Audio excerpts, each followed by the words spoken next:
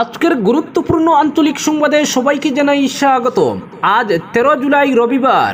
আজকের সন্ধ্যার বিশেষ খবর হলো লোকগণনা নিয়ে মুখ্যমন্ত্রীর মন্তব্যে তীব্র প্রতিক্রিয়া সাংসদ সুস্মিতার। শীঘ্রই টিউটরদের বৃদ্ধি পাবে বেতন, ঘোষণা মুখ্যমন্ত্রীর। পাহাড় লাইন স্বাভাবিক, ট্রেন চলাচল শুরু। দেবব্রত ঠিকই বলছেন, অখিলকে ইঙ্গিত করে কটাক্ষ সাংসদ গৌরবের। অবৈধ গাড়ির বডি পরিবর্তনের বিরুদ্ধে প্রশাসনের জোরদার অভিযান। ভেঙে পড়েছে দেশের বিচার ব্যবস্থা, জরুরি সংস্কার প্রয়োজন, কড়া বার্তা প্রধান বিচারপতি বি.আর. গাভাইয়ের। ফুটপাত দখলি পাতারকান্দির যানজটের মূল কারণ, প্রশাসনের ভূমিকা প্রশ্নের মুখে। স্বাস্থ্যকেন্দ্র স্থানান্তর নিয়ে সরকারকে তুপ বিধায়কের, আন্দোলনের সমর্থন। নাগরিক সভা গঠিত হাসপাতাল বাঁচাও কমিটি। স্কুল সার্টিফিকেট জালিয়াতি মামলা পানগ্রাম জিপি সভানেত্রীর বিরুদ্ধে। এবং সর্বশেষ খবরটি হলো ভাঙ্গার পরে বেইলি ব্রিজ নির্মাণের কাজ জোর কদমে, সন্তোষ জনমনে। এবারে শুনুন বিস্তারিত খবর। লোকগণনা নিয়ে মুখ্যমন্ত্রী হিমন্ত বিশ্ব শর্মার মন্তব্যে তীব্র প্রতিক্রিয়া ব্যক্ত করলেন সাংসদ সুস্মিতা দেব। সুস্মিতা বলেন, লোকগণনায় যদি বাংলা ভাষাকে মাতৃভাষা হিসেবে লেখানো হয় তবে বাংলাদেশি চিহ্নিত করা অতি সহজ হয়ে পড়বে। মুখ্যমন্ত্রীর এমন মন্তব্য অসাংবিধানিক ও সাম্প্রদায়িক। রাজ্যের মুখ্যমন্ত্রীর মুখে এমন কথা মানায় না। সুস্মিতা আরও বলেন, রাজ্যে বিভিন্ন ভাষা গোষ্ঠীর মানুষ বসবাস করছেন, কিন্তু কারোর ভাষা নিয়ে যদি কেউ অপমান করে তবে সেটা কোনোভাবেই মেনে নেওয়া যায় না। এ ধরনের মন্তব্যের সমর্থন করে না সর্বভারতীয় তৃণমূল কংগ্রেস। একে অপরের ভাষাকে সম্মান করাটাই জরুরি। মুখ্যমন্ত্রীর এ ধরনের মন্তব্য হুমকি বলে মনে করছেন তিনি, কারণ আসন্ন লোকগণনায় একজন সাধারণ মানুষকে তার মাতৃভাষা যদি বাংলা লেখাতে হয় তবে তিনি ভয় পাবেন, বিশেষ করে সংখ্যালঘুরা। মুখ্যমন্ত্রীর এই মন্তব্য প্রত্যাহার করে ক্ষমা চাওয়া উচিত বলে উল্লেখ করেন সুস্মিতা। পরবর্তী খবর, শিক্ষক পদে উন্নীত হওয়ার আশায় বুক বেঁধে থাকা টিউটরদের জন্য সুখবর শোনালেন মুখ্যমন্ত্রী হিমন্ত বিশ্ব শর্মা। সোনাপুরে দাঁড়িয়ে মুখ্যমন্ত্রী বলেন, শিক্ষক পদে উন্নীত হতে টেট উত্তীর্ণ হওয়ার পাশাপাশি বিএড আবশ্যক টিউটরদের। সুপ্রিম কোর্টের নির্দেশ মেনেই টিউটরদের শিক্ষক পদে উন্নীত করবে সরকার। ইতিমধ্যেই বেশ কয়েকজন টিউটর যোগ্যতা অর্জন করেছেন। খুব শীঘ্রই তাদের শিক্ষক পদে উন্নীত করা হবে। টিউটরদের মধ্যে যারা যোগ্যতা অর্জন করেননি তাদের বেতন বৃদ্ধি করা হবে। তিনি বলেন, প্রতিবেশী রাজ্য পশ্চিমবঙ্গে নিয়ম না মানায় 3 বছর কাজ করার পর 26,000-এর বেশি শিক্ষকের চাকরি বাতিল করে দিয়েছে সুপ্রিম কোর্ট, কিন্তু রাজ্যে সুপ্রিম কোর্টের নির্দেশ মেনেই কাজ করা হবে। পরবর্তী খবর, লামডিং বদরপুর পাহাড় লাইনে রেল চলাচল পুরোপুরি স্বাভাবিক হয়ে উঠল শনিবার থেকে। পুনরায় পাহাড় লাইনে সবকটি যাত্রীবাহী ট্রেন চলাচল শুরু হয়েছে। শনিবার গুয়াহাটি শিলচর এক্সপ্রেস, রঙ্গিয়া শিলচর এক্সপ্রেস, সাবরুম শিয়ালদা ও Sealdah Sabroom Kanchenjunga express, Agartala Bengaluru cant Humsafar express, Agartala Charlapalli special যাত্রীবাহী ট্রেন বিনাবাদায় দিহাকু ও মুপার মধ্যবর্তী 10 বিধ্বস্ত এলাকা পেরিয়ে যায়। লামডিং বদরপুর পাহাড় লাইনে উত্তর পূর্ব সীমান্ত রেল কর্তৃপক্ষ শনিবার পুরোপুরি রেল চলাচল স্বাভাবিক করে তুলেছে। যদিও মুপার 10 বিধ্বস্ত এলাকায় রেল লাইনের পাশে থাকা বৃহৎ পাহাড় থেকে মাটি পাথর নেমে এসেছিল, ওই স্থানে পুনরায় যাতে পাহাড় থেকে মাটি নেমে না আসে তাই পাহাড় কেটে ফেলা হচ্ছে এবং প্রোটেকশনের কাজ শুরু হয়েছে 10 প্রতিরোধে। পরবর্তী খবর, দেবব্রত ঠিকই বলছেন, অখিলকে ইঙ্গিত করে কটাক্ষ সাংসদ গৌরবের। বিরোধী মিত্রতা প্রসঙ্গে ফের বাকযুদ্ধ তুঙ্গে। এবার বাকযুদ্ধ শুরু হয়েছে কংগ্রেস ও রাইজর দলের সভাপতির মধ্যে। গত কিছুদিন ধরে বিরোধী ঐক্য নিয়ে কংগ্রেস চুপ থাকলেও ফের রাইজর দলের সভাপতিকে লক্ষ্য করে বাক্যবাণে বিঁধল কংগ্রেস। এবার সংঘাতের বিষয় শিবসাগর। সম্প্রতি দেবব্রত শইকীয়ার একটি মন্তব্যের পরই সরব হন বিধায়ক অখিল গগৈ। অখিল গগৈ বলেন, শিবসাগরে কংগ্রেসের সঙ্গ না মিললে একাই নির্বাচনে লড়বেন। এই মন্তব্যের প্রেক্ষিতে এবার প্রতিক্রিয়া ব্যক্ত করেন গৌরব গগৈ। প্রদেশ কংগ্রেস সভাপতি বলেছেন, সব দলের নেতাই নিজের দলকে শক্তিশালী করতে চান। দেবব্রত শইকীয়াও চান শিবসাগরে কংগ্রেস আরও শক্তিশালী হোক। সেই মতো রাইজর দলের সভাপতি অখিল গগৈও নিশ্চয় চাইবেন তার দল শক্তিশালী হোক। এটা খুব স্বাভাবিক বিষয়, এ নিয়ে বিতর্ক হওয়া উচিত নয়। এরপরই প্রদেশ কংগ্রেস সভাপতি গৌরব গগৈ বলেছেন, দেবব্রত শইকীয়া স্পষ্টভাবেই বলেছেন যে শিবসাগরে কংগ্রেস দলকে শক্তিশালী হতে হবে, আর এটা আমারও কথা। আমিও একটা কথা বলতে চাই যে গোটা আসামে কংগ্রেস দল শক্তিশালী হলেই আমরা ভালো শরিক পাব। ভোট টানার ক্ষমতা আমাদের থাকতে হবে, কর্মীদের সংগঠিত মনোবলকে আরও চাঙ্গা করতে হবে। এ নিয়ে কেউ কোনো নতুন কথা বলছেন বলে আমি মানি না, এটাই আমার সাফ কথা। হ্যাঁ, ক্যাপশনের জন্য কিছু কথা লেখা হয়, কিন্তু খবরের ভিতরে সব ঠিক থাকে, বলেছেন প্রদেশ কংগ্রেস সভাপতি গৌরব গগৈ। মিত্রতা প্রসঙ্গে গৌরব বলেছেন, সম্প্রতি আমরা নাগরিক মঞ্চে বিষয়টি স্পষ্ট করেছি। দেবব্রত শইকিয়া আমাদের কথাই বলেছেন, আমি আসামের কথা বলেছি এবং তিনি শিবসাগরের কথা বললেন। আমরা বিটিআরের ক্ষেত্রেও একই কথা বলছি। বিভিন্ন দলের নেতারা যদি নিজের দলটিকে আরও শক্তিশালী করতে চান, তাহলে বিরোধী শক্তির তো উত্থান হবে, বিরোধী শক্তি বাড়বে। ভবিষ্যতের কথা যদি এ মুহূর্তে বলতে হয়, তাহলে অনেক কথাই বলতে হবে। আজ অল্প বর্তমানেই থাকি। আজকের তারিখে আমরা বিভিন্ন দলের নেতাদের সঙ্গে ব্যক্তিগতভাবে সঙ্গ পাওয়ার প্রক্রিয়া শুরু করেছি। সংবাদ মাধ্যম থেকে সরে আমরা বিভিন্ন দলের নেতাদের সঙ্গে বৈঠকে বসার প্রক্রিয়া শুরু করেছি, বলেছেন প্রদেশ কংগ্রেস সভাপতি তথা সাংসদ গৌরব গগৈ। পরবর্তী খবর, অবৈধ গাড়ির বডি পরিবর্তনের বিরুদ্ধে প্রশাসনের জোরদার অভিযান। কাছাড় জেলায় অননুমোদিত গাড়ির বডি পরিবর্তনের বিরুদ্ধে জেলা প্রশাসন, জেলা পরিবহন দফতর ও আসাম পুলিশের যৌথ উদ্যোগে চলছে কঠোর অভিযান। মে মাসে শুরু হওয়া এই অভিযান ইতিমধ্যে স্পষ্ট বার্তা দিয়ে দিয়েছে, আইনের প্রতি অবহেলা আর বরদাস্ত করা হবে না।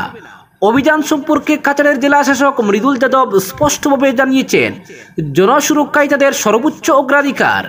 তিনি বলেন, অবৈধ গাড়ির বডি পরিবর্তন শুধু আইন লঙ্ঘন নয়, বরং সড়ক সুরক্ষার মূল ভিত্তিকেই দুর্বল করে দেয়, যা অসংখ্য মানুষের জীবনের ঝুঁকি বাড়ায়। তার এই মন্তব্য অভিযানের কঠোরতা ও গুরুত্বকে আরও স্পষ্ট করে তুলেছে। জেলা পরিবহন আধিকারিক রমেশ শ্যাম এই অভিযান পরিচালনা করছেন। তিনি জানিয়েছেন, ইতিমধ্যে 30টি বেআইনি গাড়ি পরিবর্তনের ঘটনা শনাক্ত করা হয়েছে এবং চালান ইস্যু করা হয়েছে। এ পর্যন্ত প্রায় 1,50,000 টাকা জরিমানা আরোপ করা হয়েছে। জেলা পরিবহন আধিকারিক বলেন, পথ সুরক্ষার বিষয়ে আমরা প্রতিশ্রুতিবদ্ধ। এই বেআইনি পরিবর্তনগুলোকে কেউ কেউ তুচ্ছ ভাবতে পারেন, কিন্তু এতে পথচারী ও যাত্রীদের জন্য গুরুতর বিপদ ডেকে আনতে পারে। তিনি আরও জানান, জুলাই মাস পর্যন্ত এই অভিযান জোর কদমে চলবে। ব্যস্ত রাস্তা থেকে শুরু করে গ্রামের শান্ত পথ, সব জায়গায় সমান তৎপরতায় তল্লাশি চালাচ্ছে দলগুলি। যেসব গাড়ি বেআইনি পরিবর্তনের সঙ্গে যুক্ত, সেগুলোকে চিহ্নিত করে জরিমানা করা হচ্ছে এবং মালিকদের সতর্ক করা হচ্ছে। জেলা পরিবহন আধিকারিক রমেশ শ্যাম জনগণকে আহ্বান জানিয়েছেন, তারা যেন নিয়ম মেনে চলেন, কারণ প্রশাসনের অবস্থান অত্যন্ত কঠোর এবং অনড়। প্রশাসনের স্পষ্ট বার্তা, জেলার রাস্তাগুলি আর ভাগ্যের উপর ছেড়ে দেওয়া হবে না। প্রশাসনের উদ্যোগে এই অভিযান কেবল শাস্তিমূলক নয়, বরং সড়ক নিরাপত্তার জন্য এক অঙ্গীকারের ডাক। পরবর্তী খবর, ভেঙে পড়েছে দেশের বিচার ব্যবস্থা, জরুরি সংস্কার প্রয়োজন, কড়া বার্তা প্রধান বিচারপতি গাবাইয়ের। ভারতের বিচার ব্যবস্থা কার্যত ভেঙে পড়েছে। ন্যায় বিচার পাওয়ার জন্য মানুষকে দশকের পর দশক অপেক্ষা করতে হয়। বহু ক্ষেত্রে নির্দোষরা বছরের পর বছর জেলবন্দি থাকেন। এ যেন এক লজ্জাজনক বাস্তবতা।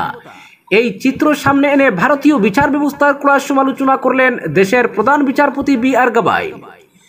হায়দ্রাবাদের নালসার বিশ্ববিদ্যালয়ের সমাবর্তন অনুষ্ঠানে প্রধান অতিথি হিসেবে বক্তব্য রাখতে গিয়ে বিচারপতি গাবাই বলেন, বিচার ব্যবস্থার সংস্কার এখন সময়ের দাবি। উদ্বেগ ব্যক্ত করে তিনি বলেন, এখনই যদি আইন ব্যবস্থায় প্রয়োজনীয় সংস্কার না আনা হয়, তাহলে ন্যায় বিচারের ভিত্তি হুমকির মুখে পড়তে পারে। গাবাই বলেন, এই ব্যবস্থা আর চলতে পারে না, কিন্তু আমি আশাবাদী দেশের সাধারণ মানুষ ও তরুণ প্রতিভারা এই সংকটের মোকাবিলায় নেতৃত্ব দেবে।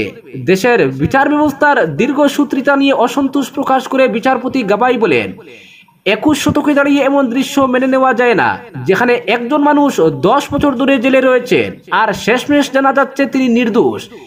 এ যেন ন্যায় বিচার নয়, ন্যায়ের অপমান। তার কথায়, এটি শুধুমাত্র একটি প্রশাসনিক সমস্যা নয়, এটি মানবিক সংকট। স্নাতকদের প্রতি বার্তা দিয়ে বিচারপতি গাবাই পরামর্শ দেন, উচ্চশিক্ষার জন্য বিদেশে যেতে হলে তা যেন স্কলারশিপের মাধ্যমে হয়, যাতে পরিবারের উপর বাড়তি আর্থিক চাপ না পড়ে। তার কথায়, স্বপ্ন দেখো বড়, কিন্তু সেই স্বপ্ন যেন তোমার প্রিয়জনদের কাঁধে বোঝা না হয়ে দাঁড়ায়। তরুণ আইনজীবীদের উদ্দেশ্যেও তার ছিল গুরুত্বপূর্ণ বার্তা। তিনি বলেন, মেন্টর বেছে নাও সততার ভিত্তিতে, ক্ষমতার ভিত্তিতে নয়, কারণ আইনজীবী জীবনের সবচেয়ে বড় দিশা হয় সততা। পরবর্তী খবর, স্কুল সার্টিফিকেট জালিয়াতি মামলা পানগ্রাম জিপি শোভানেত্রীর বিরুদ্ধে। উদারবন্দ উন্নয়ন খণ্ডের অধীন পানগ্রাম গ্রাম পঞ্চায়েতের নবনির্বাচিত শোভানেত্রীর বিরুদ্ধে স্কুল সার্টিফিকেট জালিয়াতির অভিযোগ উঠল। এ নিয়ে উদারবন্দ থানায় একটি মামলা করেন চণ্ডীগড় চা বাগানের সুশান্ত দেব। শনিবার চণ্ডীগড় চা বাগানে এক সাংবাদিক সম্মেলন করে এমনই অভিযোগ তুলেন পানগ্রাম জিপির নবনির্বাচিত 4 জন গ্রুপ সদস্য, যথাক্রমে রাখি আধিকারী, রূপা দেব, সুরঞ্জিত নুনিয়া ও বাবলু কর্মকার। সঙ্গে উপস্থিত ছিলেন চণ্ডীগড় বাগানের 2 ওয়ার্ডের বিজেপির বুথ সভাপতি পান্না সতনামী ও রাজু শুক্লবৈদ্য ছাড়াও চণ্ডীগড় চা বাগানের বিজেপির কর্মকর্তা সুমত পানিকা ও অরবিন্দ কর্মকার সহ জেপি সদস্য রূপা দেবের স্বামী সুশান্ত দেব প্রমুখ। পানগ্রাম গ্রাম পঞ্চায়েতের নবনির্বাচিত সভানেত্রী সুপ্রীতি কাঙ্গাতি পঞ্চায়েত নির্বাচনের সময় শিক্ষাগত যোগ্যতার যে প্রমাণপত্র দিয়েছেন তা নিয়ে সন্দেহ প্রকাশ করেন। তারা এক্ষেত্রে জালিয়াতির অভিযোগ করেন। এ মর্মে শুক্রবার উদারবন্দ থানায় একটি এজাহার দায়ের করে বিস্তারিত অভিযোগ তুলে ধরেন সুশান্ত দেব, যে পঞ্চায়েত নির্বাচনের আগে একই দিনে জয়পুর পাবলিক হাই স্কুল থেকে নবম ও দশম শ্রেণীর সার্টিফিকেট বের করেন সুপ্রীতি কাঙ্গাতি। একই তারিখে এক প্রার্থীর নামে 2টি সার্টিফিকেট বের হয় কিভাবে, এমনই প্রশ্ন উত্থাপন করেন তারা।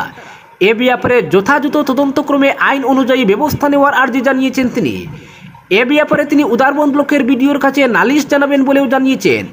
এছাড়াও সুশান্ত দেব আরও বলেন, শপথ নেওয়ার আগের দিন অর্থাৎ 7 জুলাই পর্যন্ত জিপির সদস্য সুপ্রীতি কাঙ্গাতি, শামসুল হক লস্কর, রিঙ্কু কর্মকার, রাখি আধিকারী, সুরঞ্জিত নুনিয়া, বাবলু কর্মকার তারা রূপা দেবকে সভানেত্রী নির্বাচনের ব্যাপারে একমত ছিলেন। কিন্তু আচমকা 8 জুলাই শপথ নেওয়ার দিন শামসুল হক লস্কর, রিঙ্কু কর্মকার সুপ্রীতি কাঙ্গাতিকে সমর্থন করে বসেন। একদিনের মাথায় কিভাবে তারা পরিবর্তন হয়ে গেল তা কিছুতেই বুঝতে পারছেন না রূপা দেব সহ অন্যান্যরা। এক্ষেত্রে মোটা অঙ্কে গুড়া কেনাবেচার সম্ভাবনা উড়িয়ে দেননি তারা। সাংবাদিক সম্মেলনে অন্যান্যদের মধ্যে চণ্ডীগড় চা বাগানের বেশ কয়েকজন সচেতন নাগরিকও উপস্থিত ছিলেন। পরবর্তী খবর, ফুটপাত দখলি পাতারকান্দির যানজটের মূল কারণ, প্রশাসনের ভূমিকা প্রশ্নচিহ্নের মুখে। পাতারকান্দি শহরের যানজট এখন যেন নিত্যদিনের সমস্যা। এই সমস্যার অন্যতম প্রধান কারণ হিসেবে অবৈধভাবে ফুটপাত দখল করার প্রবণতাকেই দায়ী করেছেন শহরের সচেতন নাগরিকরা। জানান, শহরের উত্তর থেকে দক্ষিণ প্রান্ত, বিশেষ করে রেলগেট এলাকা পর্যন্ত ফুটপাতে হেঁটে চলা এখন কার্যত অসম্ভব হয়ে পড়েছে। দোকানদারদের একাংশ নিজেদের ব্যবসার পরিধি বাড়াতে ফুটপাতকে ব্যক্তিগত সম্পত্তি বানিয়ে ফেলেছেন। টিনের ছাউনি লাগিয়ে দোকানের সঙ্গে জুড়ে দেওয়া হয়েছে পথচারীদের চলার ফুটপাত।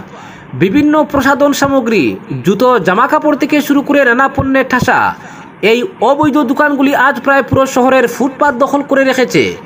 ফলে সাধারণ মানুষ, বিশেষ করে স্কুল কলেজগামী ছাত্রছাত্রী এখন ফুটপাত ছেড়ে রাজপথে হাঁটতে বাধ্য হতে হচ্ছে, যা প্রতিনিয়ত দুর্ঘটনার ঝুঁকি বাড়াচ্ছে। শহরের বাসিন্দারা অভিযোগ তুলেছেন, এত বড় সমস্যার মাঝেও প্রশাসনের ভূমিকা শুধুই নীরব দর্শকের মতো। এক সময়ের তৎপর সার্কেল অফিসার অর্পিতা দত্ত মজুমদার যখন সাঁড়াশি অভিযান চালিয়েছিলেন তখন সাময়িকভাবে হলেও জনভোগান্তি কমেছিল, কিন্তু সেই উদ্যোগ থেমে যাওয়ার পরে আবার পুরনো চিত্র ফিরে এসেছে। সচেতন মহলের প্রশ্ন, কেন প্রশাসন আজ টুটো জগন্নাথের ভূমিকায়? ভুক্তভোগীদের দাবি, ফুটপাত দখলমুক্ত করতে অবিলম্বে কঠোর পদক্ষেপ গ্রহণ করুক স্থানীয় প্রশাসন, নয়তো পরিস্থিতি ক্রমেই আরও নিয়ন্ত্রণহীন হয়ে উঠবে। পরবর্তী খবর, ভাঙ্গার পরে বেইলি ব্রিজ নির্মাণের কাজ জোর কদমে, সন্তোষ জনমনে। অবশেষে বহু প্রতীক্ষিত ভাঙ্গার পরে বেইলি ব্রিজ নির্মাণের কাজ জোর কদমে চলছে। শুক্রবার সকালে বেইলি ব্রিজের সামগ্রী এসে পৌঁছার সঙ্গে সঙ্গে স্থানীয় উৎসুক মানুষের ভিড় লক্ষ্য করা গেছে। পাশাপাশি মানুষের বহু প্রতীক্ষার অবসান ঘটল। কাজ শুরু হওয়ায় সাধারণ মানুষের মধ্যে আশার আলো জেগেছে।